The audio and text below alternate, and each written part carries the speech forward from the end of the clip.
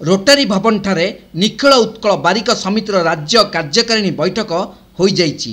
एही बैठक रे ऑल ओडिशारू संघर कर्मकर्ता माने एकाठी होई आगामी कार्यक्रम प्रस्तुति पई आलोचना होइतिला। संघर प्रतिष्ठा दिवस पुरी रे डिसेंबर 20 तारिख रे हेबा पई ओ महामहिम राज्यपाल मुख्य अतिथि भाव जोग देबा पई सबुज संकेत मिलिथिबारु एही उत्सव को गारिमामय करिबा सह हजार हजार संख्या रे बारिक भाई माने आसी उत्सव को साफल्य करने पाई योजना प्रस्तुत पाई एही बैठकर मूल उद्देश्य बोली कहिसेंती बारिक समितिर साधारण संपादक कुलमणि बारिक। राज्य साधारण संपादक निखिल उत्कल बारिक समिति। आज साधारण अधिवेशन कौन होची? आमर साधारण अधिवेशन होची आमर डिसेंबर 20 तारिख आमर प्रतिष्ठा दिवस पालन करा जिवो 27तम प्रतिष्ठा दिवस।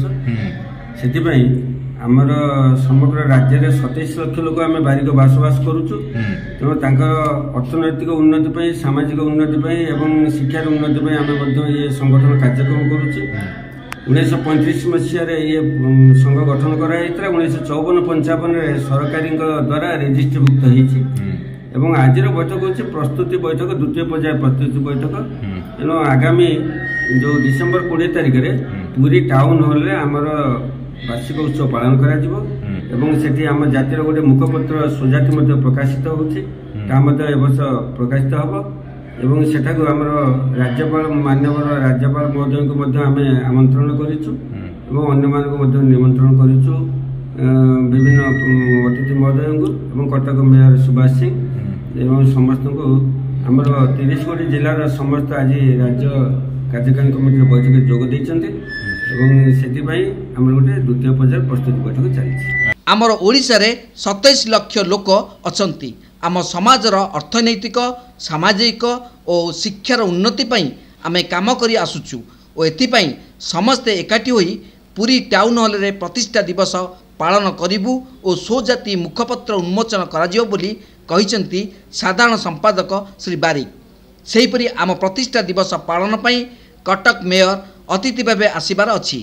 पुरी रे जड़ामठ अच्छी सेठारे आमर मुख्य कार्यालय थिबारु आमे पुरी रे प्रतिष्ठा दिवस पालन करने सह 1 लाख दीप प्रज्वलन करिउ बोली कहिसेंती संपादक शंभुपाणी परीक्षा।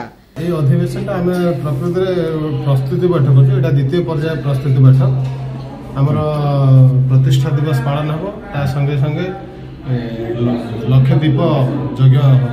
प्रस्तुत बैठक 27 लाख ओडिशा रे एते कम कहीं ना आम केवल एटा कर्मकर्ता जो राज्य समिति जो माने कर्मकर्ता से बैठक कर संख्या